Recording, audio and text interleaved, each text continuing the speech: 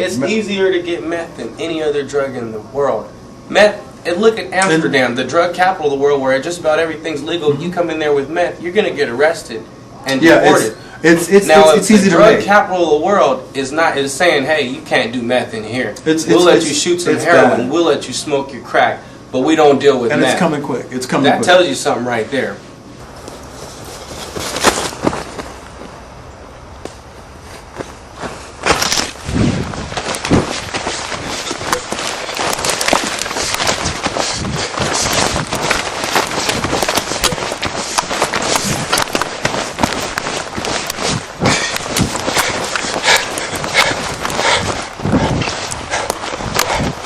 People that present for treatment for methamphetamine are mostly white people.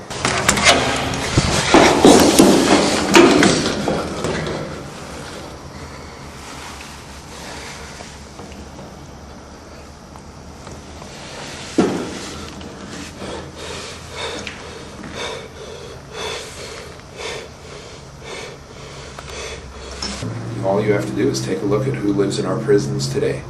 And by and large, they're not white people, or they're disproportionately people of color.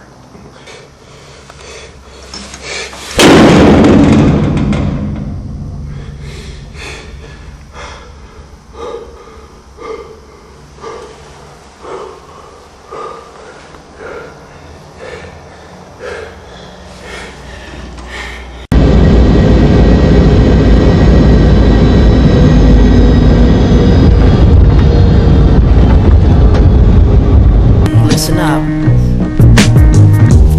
People trying, people dying. Who feeds the mouths of the babies crying? But I get no sleep. My sister OD. Grew up fast in a world that's cold to me. My brother's homeless. Hopeless. I never had a daddy, so I guess he don't matter much. But all the sadness is overwhelming. Who can help when they got struggles too? Miles and miles of trials and tribulations, broken dreams, trying to climb that wall. People do what you gotta do, people keep trying. When the city is dying, when the city is dying. For angry souls, past bows and shows, and walk with chest caps on swole, past women with capricious goals, swinging their asses around poles for dough, their souls are wax cold. Dawn arrives, stars in their eyes, licking lips that whisper lies about the skies being the only limit. Young and tender and so timid, recognize the cesspool but still opt to swim in it with no limits and no boundaries. Legs stretched from county to county and choke their sleeping wives' lies. The wolf does cry in sheep's clothing. Sloth is to be woven into the very fabric of our lives. Lack of understanding, lack of pride is silent to the reasons why we must get our virgin backs up off dirty mattresses in abandoned buildings and round up God's lost children. Those roaming the earth like a tribe of lowly bastards in a hurry but going nowhere faster. A beautiful disaster covering holes in their hearts with plaster. In the big city of dreams, trying to climb that wall. In the big city of dreams, people do what you gotta do, people keep trying. When the city is dying, when the city is dying. Listen here, wisdom comes with age in a fermented wine, naturally grown grapes, straight from the vine. Taste takes time to endure. Tip of the tongue run down esophagus, warm chest flutters. Blessed to be put with our mothers. Independently flourish nutrients to our brothers and sisters since way back. Still wise as the owl, put the down track, vision trap, time freeze frame. Inside of the booth, from the same vision to mic and board, there it's stored, just another masterpiece stained to the carpet. Many feet have walked and even trampled, still never got it. Power to the people who embrace music, juiced up to hear another cut spin round new. Blood bound by wax, we tax at the door. Consumers consume, drained by the end of the night. Our ears inflict pain, permanent midnight. Miles and miles of trials and tribulations, broken dreams, trying to climb that wall. People do what you gotta do, people keep trying. When the city is dying.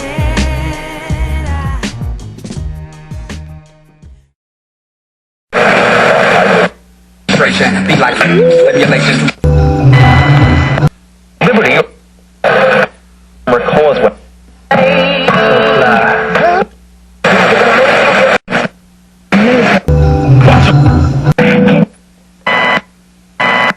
Wait for it. This is Opio here at KBMS Radio. There's not a real look at treatment versus incarceration. You have a prison industrial complex that is fed by a failed war on drugs. As a service, we wanted to definitely get out ahead of this and talk about the drug called meth. And on the phone, I have a woman who is a former user and now who is a counselor. She's someone who has a very impressive story, and I wanted to educate you through, her story. Her name is Holly Conklin. How you doing, Holly? I'm excellent. How are you, Opio? I'm doing well. Tell me, what is meth? Methamphetamine is a mixture of several chemicals that causes a person to speed. How does the drug look? It's white, for the most part, white powdery substance, not shiny. Cocaine has like a sheen to it, like a iridescent almost sheen to it. Excuse me. Methamphetamine is a white and kind of a pasty-looking powdery substance, or if they wash it in a process with acetone and let the acetone evaporate, it cleans everything out of it and it becomes clear and glassy, and it's in like shards, pieces, and they call that ice, but it's methamphetamine. It's crystal methamphetamine. Well, I mean, to be frankly honest, and I guess that's if it's any good, there's I guess there's two different kinds. There's I guess we call it the good stuff and the bad stuff. And the bad stuff is what we see a lot more of.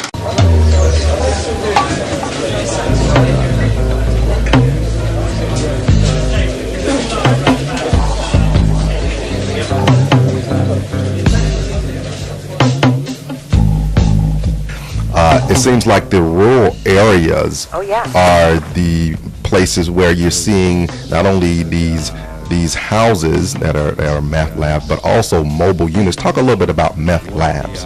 Well, meth labs vary. I mean, people have them in the trunks of their cars, they have them in the backs of their trucks, they have them in their house, in their closets, in the basements, and underground, because you go underground to cook it, the smell is so distinct. They have these elaborate ventilation systems in order to keep the smell down, but they're going out to the woods and they're cooking it out in the woods on big pieces of property where law enforcement has a hard time tracking and finding, and the smell dissipates, before it gets anywhere where anybody goes, hey, smell that? Smells like meth to me. You know what I'm saying? Right. So the problem with production is that the more law enforcement cracks down in the big cities and in neighborhoods catching people producing it, the further out into the country they're moving, where it's more difficult for law enforcement to get out there. They use acetone, some people use diesel, some people use rat poison. All white light, no more night, no more day.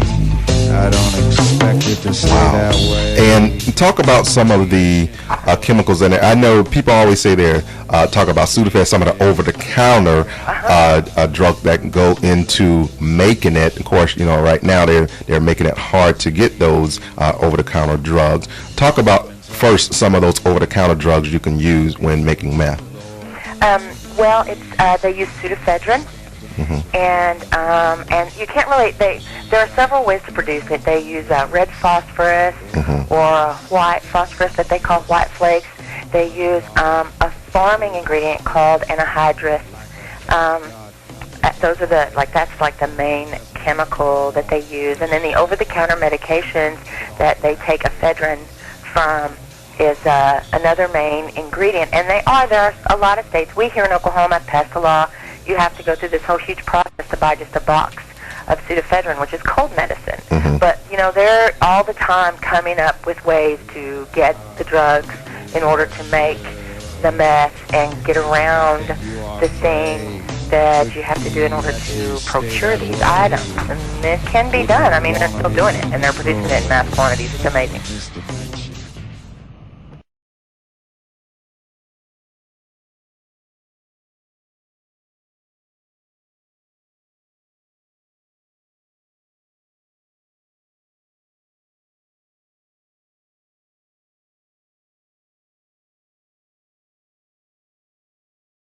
Methamphetamine makes you feel like Superwoman or Superman. When you do it, you can stay up for days. You can get all kinds of stuff started at least, but a lot of times tweakers don't get anything done. What's it feel like?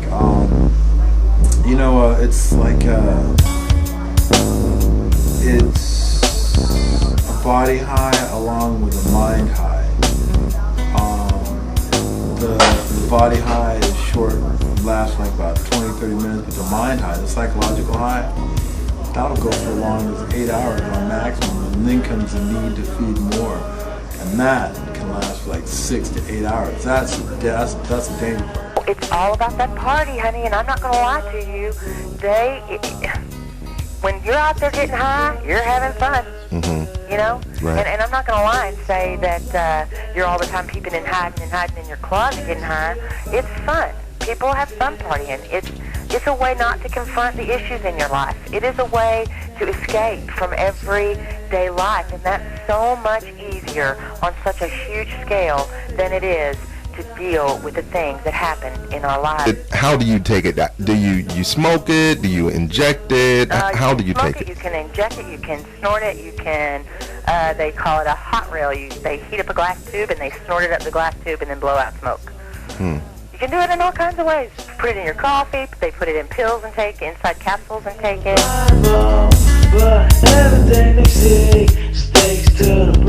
How do you know if a person is tweaking? How do you know if a person is high on meth? To a large extent, their pupils are huge. A lot of times they tend to wiggle their jaw around a lot. They move, their body parts will move involuntarily. They're all over the place. They used to tease me and call me Ricochet because I was here and there and everywhere and doing this and doing that, and they just go, and they go till they drop. Or they go till they run out, and then they drop. And then you hear people picking on their skin. And oh, yeah. Why do you have people pick on their skin and ultimately cause these lesions on their skin? It's a side effect of the drug. It makes you paranoid. It's like, that's why they call it tweaking. Okay, because you get focused in on something really small, right, and you think you got to get it out. Like if they have a little pimple on their cheek, they'll start digging at it in order to pop the pimple, but then it just expands across their face. We say it speeds you up. I always wondered why they called it speed, because it seemed to slow me down because I never could get anything done. But it goes into your system. It keeps you, a very small amount of it will keep you awake for several days. However, you build up a resistance to it, and then it takes more and more. You don't sleep. You don't eat. And if you don't feed your body, there's no fuel for your brain. So you become dysfunctional very quickly. You lose a lot of weight. And there are occasions where it makes you paranoid. And it gets a grip on you that won't let go.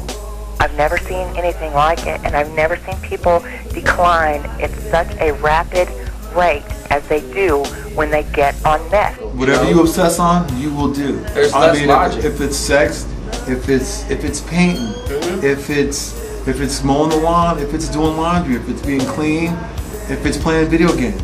Whatever you want to do, meth will let you do it for a very long time. And then you see it's totally obsessive compulsive. Just ain't no way to be living.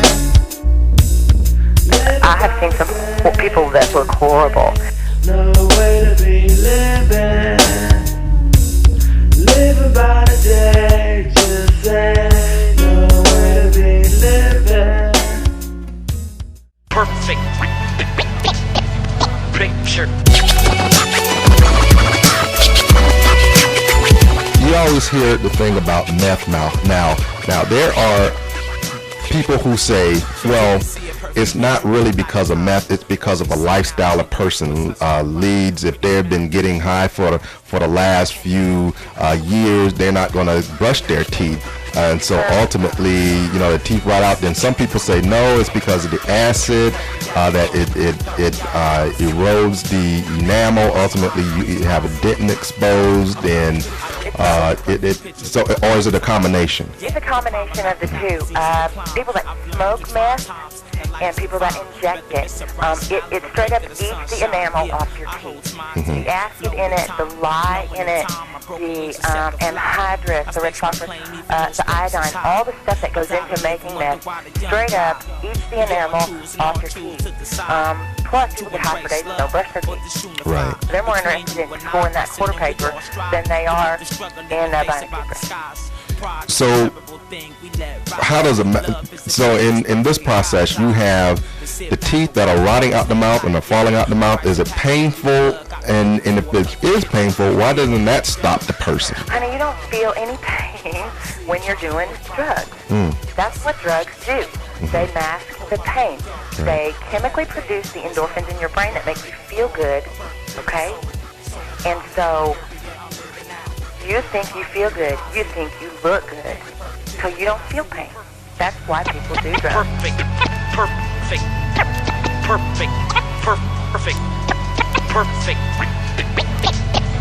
picture.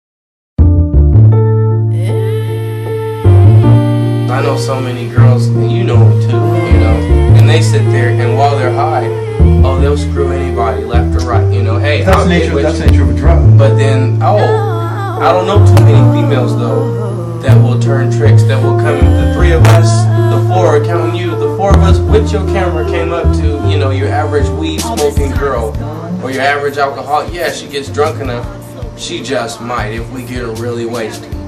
But I don't know too many that'll be coming down off alcohol or coming down off weed like, okay, well, I'm starting to lose my high. Yeah, I'll screw all four of you guys. Welcome to all week.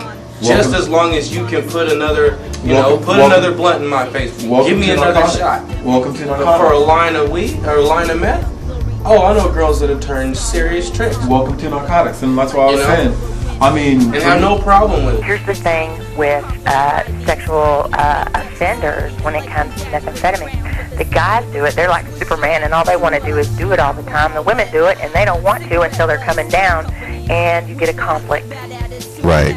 Right? And so you get the man that wants to do it, he wants to have sex, the woman don't want to have sex, and ultimately we got a problem right now. That's a big conflict, you know what I mean? And the guys, if they can't get their wife to do it, they go out and find somebody else, Right. And so it becomes a huge conflict in a home, and plus, like I said, it makes you feel like Superwoman, so some people get very aggressive, and they go to beating down, the first person they see. It's disgusting to me, because it's like so many of these girls out here are either meth addicts or ex-meth addicts. It's like now I gotta look at it and go, what did you do while you were doing it? Did what she want, went where she went, sent signals of violence. Finally they both snapped, said things they meant, but just shouldn't have said. The truth hurts worse than lies. Behind the backstabbing pain cries. All by yourself dying. What's the effect on children? Well, if kids are living in a house where people are cooking meth, they're being exposed to toxic chemicals that could result in early cancer in their lives.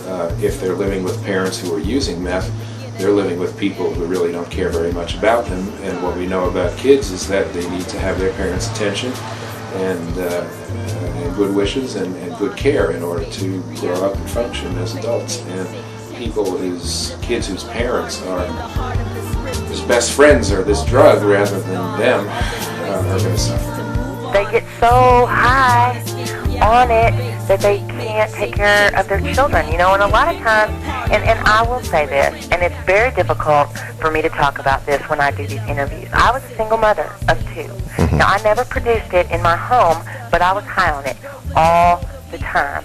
And my kids were so adversely affected by this that they were angry with me for a long time. As drug users, hopefully, most of us, we try to care for our children physically. We feed them, we house them, we clothe them, we send them to school, hopefully. But in every other way, they're neglected. For people producing this drug, those children are so horribly neglected. And if you give those kids a drug test in the homes where the parents are producing it, they will come up positive. So your kids, if you're out there producing it, are getting high. And even though it's like secondhand getting high, it still causes an addiction. The foster care system is being jammed up with the children of meth abusers. And it's hard to say, I think, for anybody to say that foster care is better than being with a parent who's a drug abuser. Neither one of them is very good. There is no good solution to this problem, but there's no question that it's costing everybody a great deal of money and a great deal of time and a great deal of effort to make an attempt to care adequately for the kids whose parents are using meth and who are not acting as parents any longer.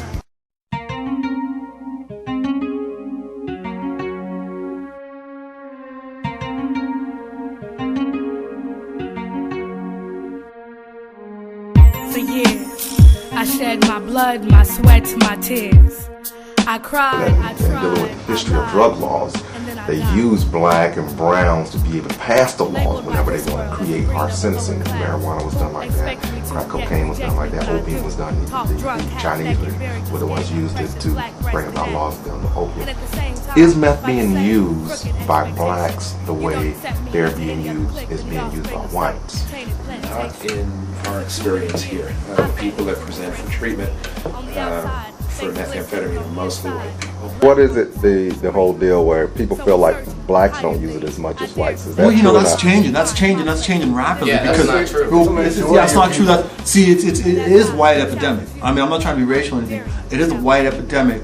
But it's just like with anything bad, it don't care who you are. It's coming for everybody, and it's coming hard, and it's coming fast. I got in a lot of trouble because I began selling it in order to support my own habit. Right. And I was afraid. People get in trouble. They're afraid to tell on anyone else because of the ramifications in conjunction with being a distributor. You can take all the illegal drugs put together and they don't cause a thimbleful worth of problems compared to what alcohol causes. And alcohol is legal. And they don't cause a thimbleful worth of problems compared to what tobacco does. And not only is tobacco legal, it's subsidized by the federal government. But 500,000 people a year die from lung cancer and the other effects of tobacco use. So we have the two most dangerous drugs in our society that are killing literally hundreds of thousands of people a year, costing untold billions of dollars to our society. But we're not punishing people who use those, we're punishing people who use these other drugs that maybe somehow nobody's quite figured out how to tax them and generate revenue for the government. It's this law enforcement. They're enforcing the drug. We know that for every dollar spent on treatment, at least $7 is saved in the criminal justice and healthcare systems in our country. And we know that locking somebody up in a prison is roughly anywhere from, depending on the state, from $30,000 to $50,000 a year. we can treat somebody successfully in an outpatient course of treatment for about $2,500. So that would be about 5% of the cost of incarcerating somebody. And to me, that's a fairly simple equation and a pretty good argument for taking a look at the public policy that we currently have. With meth, it's like, oh, you got meth. Oh, you got paraphernalia. Oh, you're high. Oh, you're selling it. Or you're buying it. Oh, you're making it in a lab in your house. We're going to take your kids. We're going to take this and that. We'll take everything from you, throw you in jail for 30 days, 6 months. And that's There's no treatment in there. It's wise to use the least restrictive form of sanctions. And if treatment is one of the sanctions, and there's a judge standing up there saying you better go, you better stick with this, and and there's a little reward at the end of the course of treatment, then to me that's a better outcome than locking somebody up, taking them away from their family, costing everybody else this ton of money, and then having somebody who's still addicted in their minds, resentful and a better criminal when they get out of prison.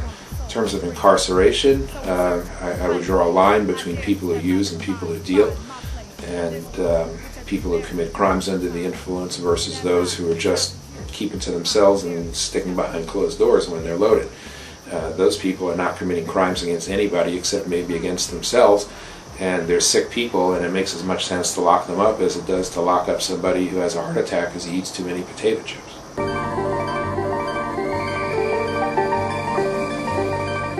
We both are lost and alone in the world. Walk with me, come on, walk with me, just I never believed I could have a life free of those drugs. I never believed I could be happy without them. But it's possible, and it is so worth it. When the drugs are taken out of that person's system, you'll get that person back. And there's nothing better than a caring family member or significant other that's willing to stretch themselves out a little bit, go call the treatment center, ask the questions, even go there and talk to somebody, maybe get an intervention done, but get that person to a treatment center as quickly as possible because that person needs your help. They can't do it on their own. If they could, they would have done it by now because there's not a drug user in the world that's addicted, that likes to be addicted, that's happy with the situation that they're in. They just don't know where to turn. Drug addicts are not themselves when they're high. They're not the people that you know and love. They are altered chemically. And so family members have to be very patient, have to be very gentle, even though it's hard and even though they may be mad and you may be angry because your loved one has stolen from you or done whatever in order to support their habit. They got to be gentle. They got to reach that hand out more than once. Reach it out and say, come on now, we love you. Let's get this straight. Let's get right. And for the most part, the addicts will, over time go, all right. And sometimes you got to hit rock bottom. I know that I did. I had lost my children and my home and my job.